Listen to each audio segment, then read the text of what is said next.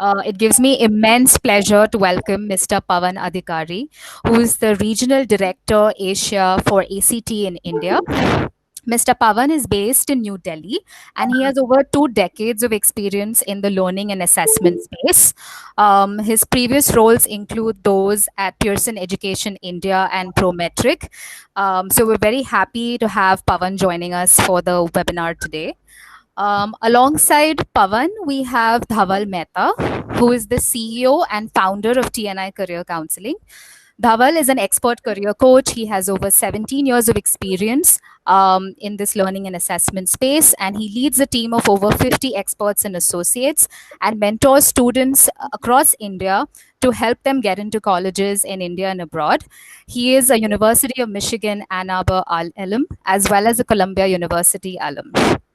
He's also a Pearson certified career counselor and a NACAC member. Thank you, Kritika. As you shared, I work with ACT and I'm their regional director for Asia. I'm based out of New Delhi.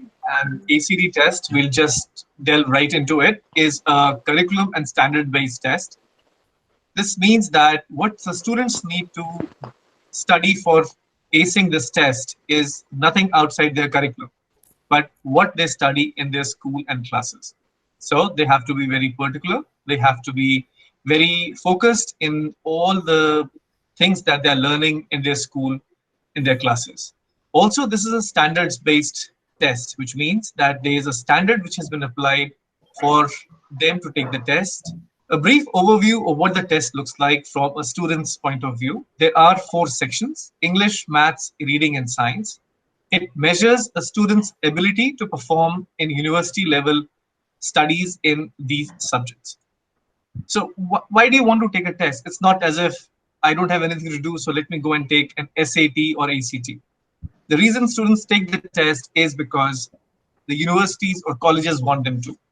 They want them to make sure that their proficiency level is defined, is exhibited in the form of a score report to the universities.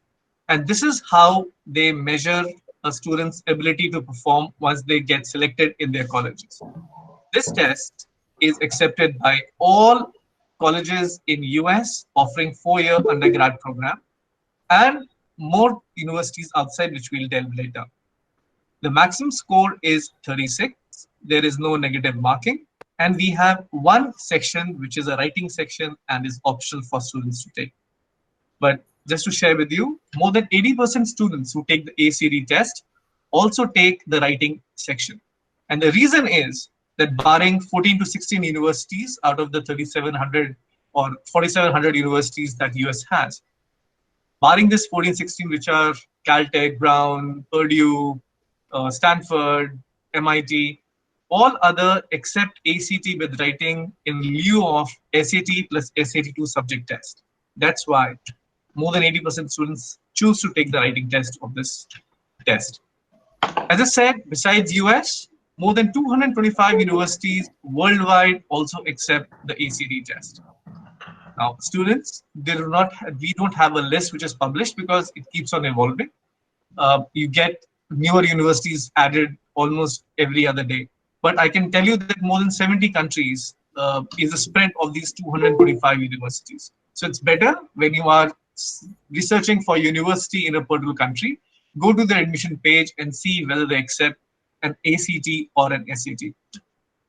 More and more universities in India are also now starting to accept ACT test. We have Ashoka, OP Jindal, Flame, Priya, Plaksha, and other universities are also in talks with us. And we are evaluating whether they should also have the ACT test scores or not. Now, as you know, a year or two back, ACT test became computerized. What it means was that, for the students specifically, that there were now 6 windows or 6 months in which they could take an ACT test instead of 5. And each testing window now comprised of 2 days instead of just 1. And each testing day comprised of 2 sessions, which meant in effective that there were 24 testing slots for the students in one academic year. But what did not change when we went into computerized mode is all the testing components were the same. English, Maths, Reading, Science, as the students were being tested in the paper pencil days, were the same that will be tested in the computerized state. The test duration was the same. That means the test has to be done in 2 hours 55 minutes and 40 minutes for the optional section. But what are the advantages from a student's point of view uh, because we went computerized? A, there were faster score results coming to the students.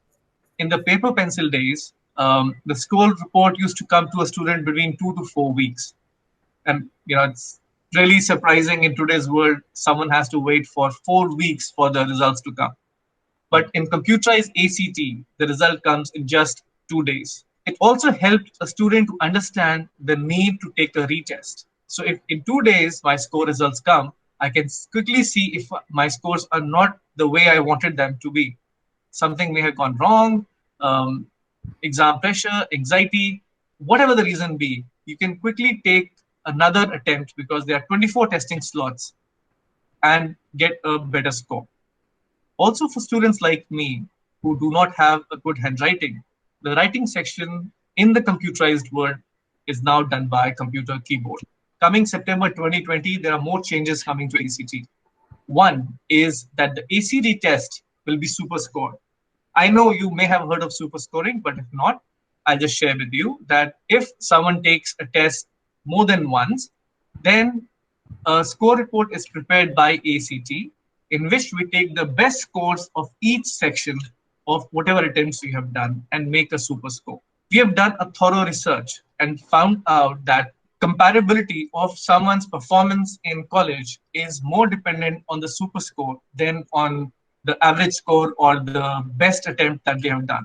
So now, instead of leaving it as a choice for the universities to see or accept your super score, we are giving them a super score that you will be now submitting as part of your attempt to get admitted in the college. That's not all.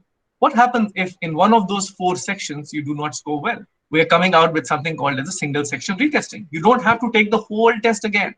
If you've not done good in maths, hey, go and take the math section. Now, unfortunately, this is happening in US in September 2020, but outside US in the whole of international, we will be doing it in September 2021.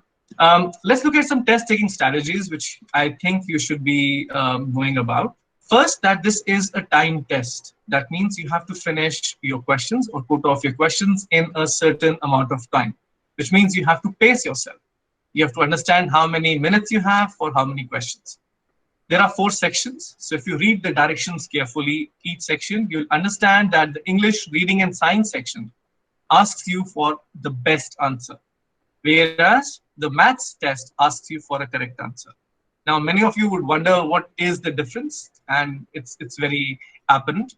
The difference is that in English reading and science, there could be more than one correct answer in the first glance, but you have to choose the best of the lot. You have to read each question carefully, and many times, especially in maths and science, you have to follow these questions in several steps, vis-a-vis answering quickly.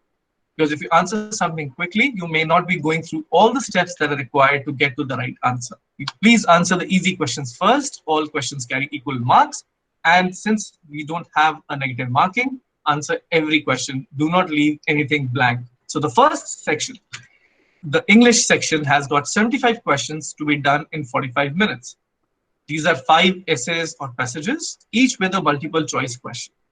What ACT tests the student is the conventions of standards English, which means about 40 questions are there to test your punctuation, grammar and usage, and your structure of sentences.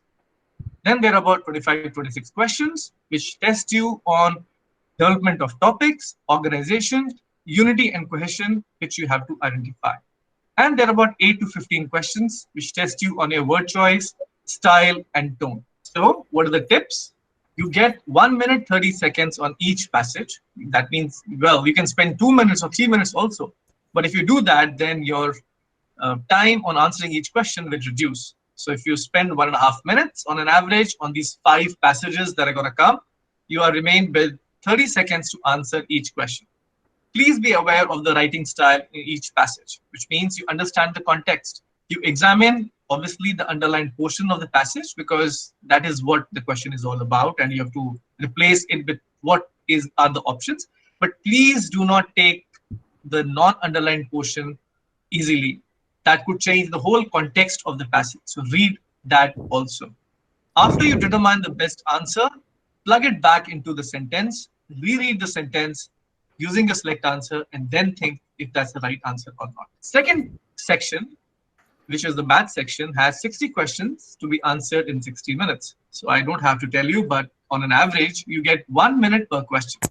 These are multiple choice questions, which obviously require the use of your reasoning skills to solve practical problems. Now, what we test you is the following. There are about 60% questions on preparing for higher maths, 40% integrating essential skills, and 25% modeling. Obviously, it means nothing to you. So we have done the job of laying it down on a piece of platter for you.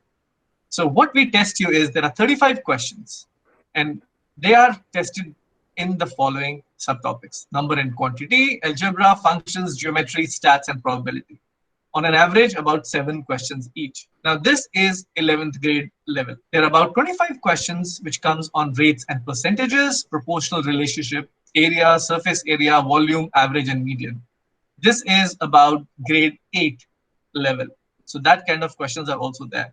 So 35 and 25 is 60 questions. But in the 60 questions, more than 25%, which means about 15, also involve your interpreting, understanding, evaluating, and the need of application mathematics in the type of questions that will come to you. If you want to use a calculator, use it wisely. You're not meant to use calculator on every question. Many of them are solved without using a calculator. That will solve easily if you do it on the scratch paper, which you'll get at the time of taking the test. Please make sure that your answer is reasonable, and do check your work. The third section is the reading section. There are 40 questions to be done in 35 minutes, and all these are multiple choice. There are 4 types of passages which come.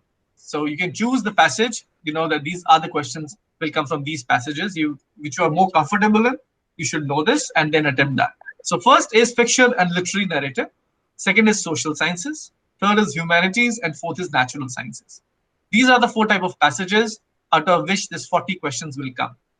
Now, unlike the first 2 sections that we just saw, which were till your grade 10th, 11th standard, this one is kind of a representative of the text that you'll encounter in your first year college, which means that when you take this test in your grade 11 or 12, you'll be doing question answers that will involve text of grade 11 standard. The questions are basically asking you to explicitly state what is stated in the paragraph, or it will be asking you to implicitly determine the meaning.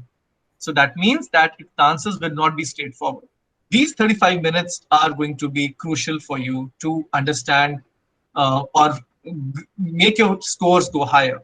So if you spend 2 to 3 minutes reading passages, then you'll have about 35 seconds per question. Needless to say, you have to read each passage carefully. What the test is measuring you is on key ideas and details, which means that about 25 questions will ask you to determine central ideas and themes, summarize information and ideas accurately, and draw a logical conclusion. There would be about 10 to 12 questions, which will ask you to determine the word and phrase meaning, like the sweep word that we saw, analyze an author's word choice rhetorically, analyze author's purpose and perspective, and about 4 to 7 questions in which you would be asked to understand author's claims, differentiate between facts and opinions, and use evidence to make connection. Now we come to the 4th section. Again, this is of 40 questions, the science test to be done in 35 minutes. What it is asking you to do is interpret, analyze, evaluate, do reasoning and problem solving skills in these subjects: biology, earth space sciences, chemistry, and physics. Basically, you'll get passages of questions, and these passages of questions will have question and answer session.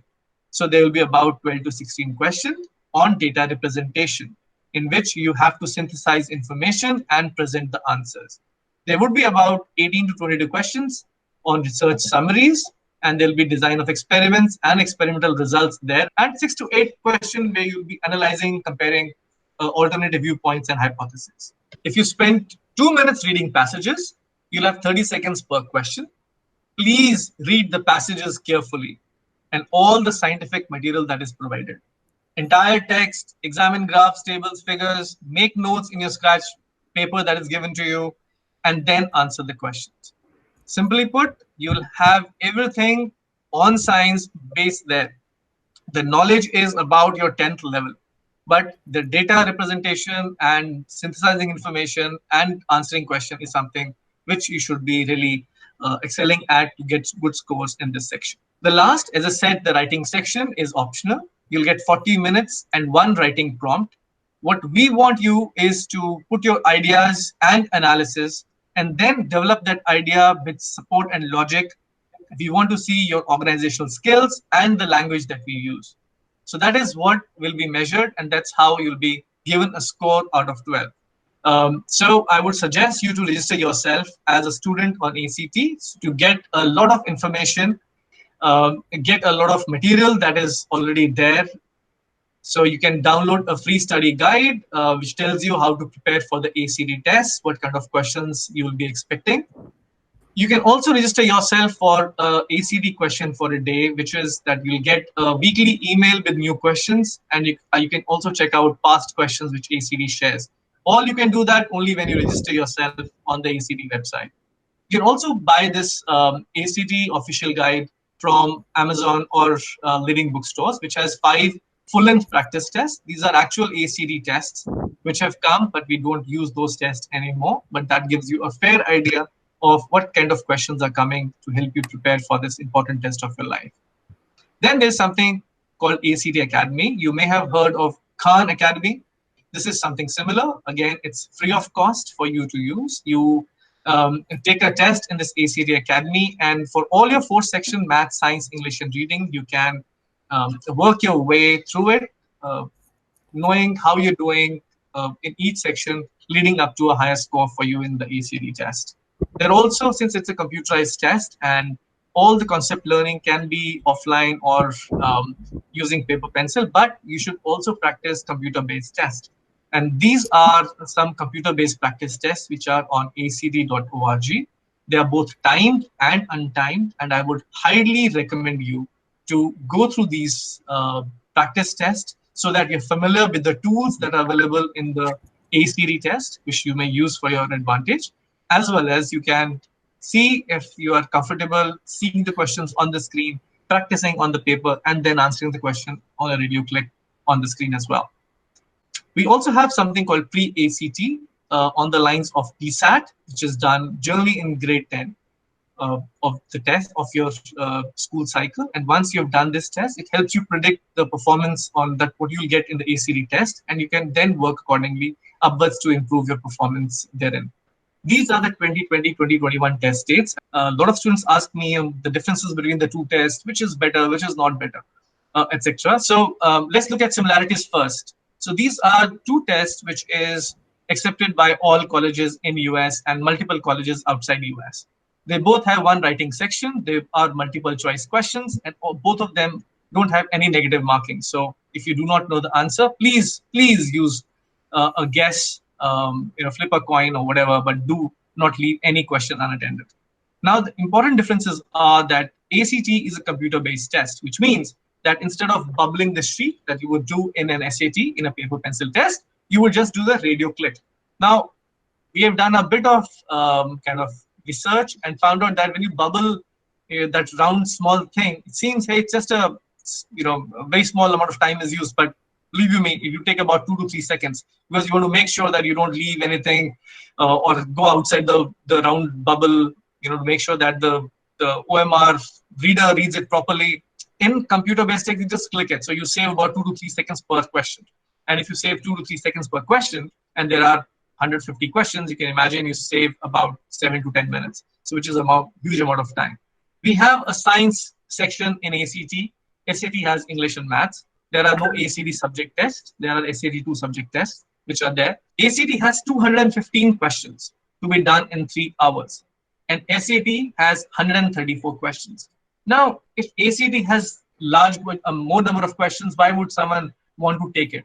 Well, the reason is that there are more number of questions because they are straightforward questions. That's the reason why there are more number of questions here. In SAT, the test has 134 number of questions, but the questions are a bit tough for you to understand, and options are the results, as I said, are in 2 days instead of 2 to 3 weeks. We do not focus on vocabulary and we do not test you on your spellings. There are calculator which is allowed on all the questions in maths. In SAT, there are two sections of maths. One allows you to use a calculator, one section you cannot use a calculator. And the writing section, as I shared with you, is on keyboard in ACT. Yes, this situation is unprecedented, and I don't think anyone really was prepared for this situation. Neither the testing companies like College Board or us, or universities who were expecting students in the fall session. Yes, there are tough times that probably we are all staring at. Right now, we do not have a remote proctor test, so to speak, like on the lines of GRE and TOEFL. But to say that we are not working on the same would be incorrect. ACT is working on the same. However, I do not know when that would come. So I would not really, give a date or a timeline to someone. But I can only tell you that we are very seriously looking at this alternative so that students are not disadvantaged because they cannot come to a testing center and take the test. So, Utsav, could you So talk should I about begin? your experience, yeah, of taking both the paper-based ACT as well as the computer-based ACT, and just share your experience with the group? I took the test 3 times. The first time was was on paper. The next 2 times were online. And the two online tests had some major differences. The first one was a bit difficult to navigate, but most of those problems I saw was solved by the second online test. I think the biggest difference between the writing and the online test would be the fact that all the past papers I did were writing based, so I was far more used to it. But I believe in recent times that doesn't matter because there were at the time of my second online test, there were a few online past papers, so I don't think that's an issue anymore. So, funny story about my first ACT. I actually took my first ACT test before my 10th grade board exam. IB didn't factor into that decision at all. And yeah, the next two tests were definitely during my 2 years of IB. So, reading and writing the English, I guess that is dependent both in the ACT and SAT on how much of a reader one is. And the math, I would say, in the ACT is far more simpler than the SAT. Just a quick recommendation: there are a few calculators that allow graphing, which are also allowed for the ACT. I use it, so I'd highly recommend getting yourself acquainted with that and using it. More than learning something new, I would suggest doing past papers.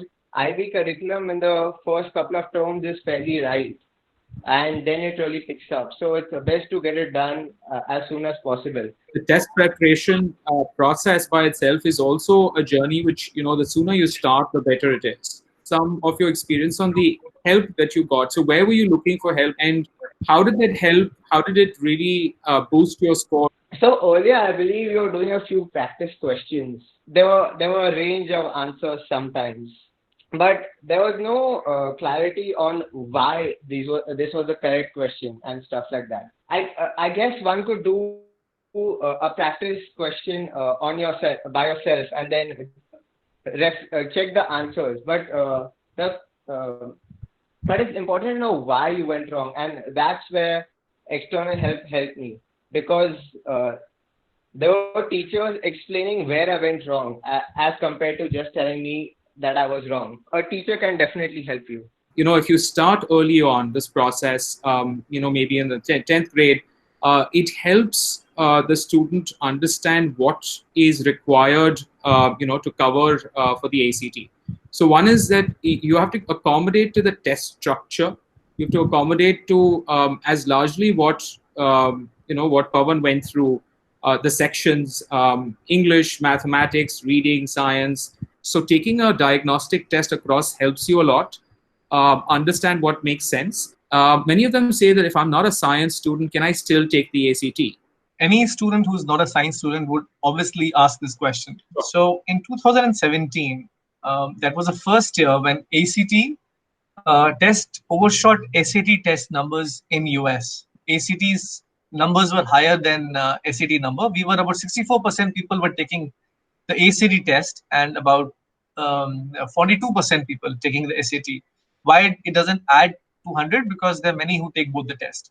So when I said 64% people took the ACT, as you know, not many people are science students or STEM students in US, which means that a lot of people who were humanities students or commerce students were also taking the ACT test, which goes on to prove that the science section is not a section in which you really require a deep knowledge of the subject.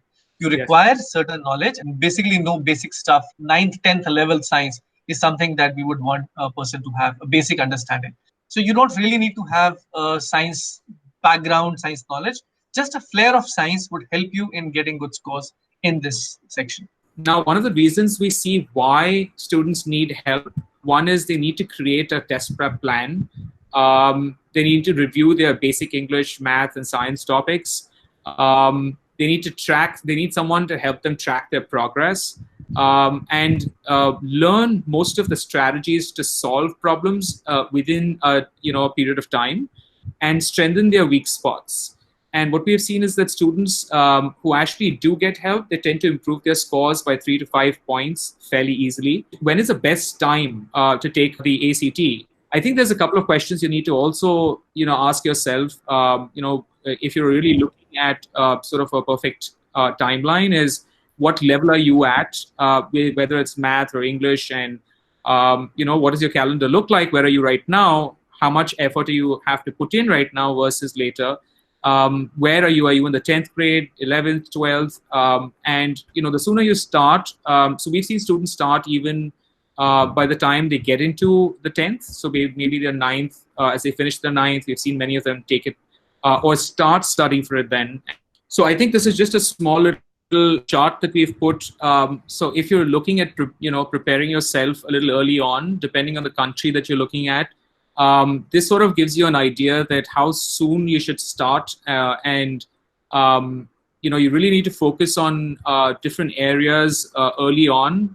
How universities look at either academics, your extracurriculars. Thank you so much, Pawan. Thank you for having me here. Bye-bye.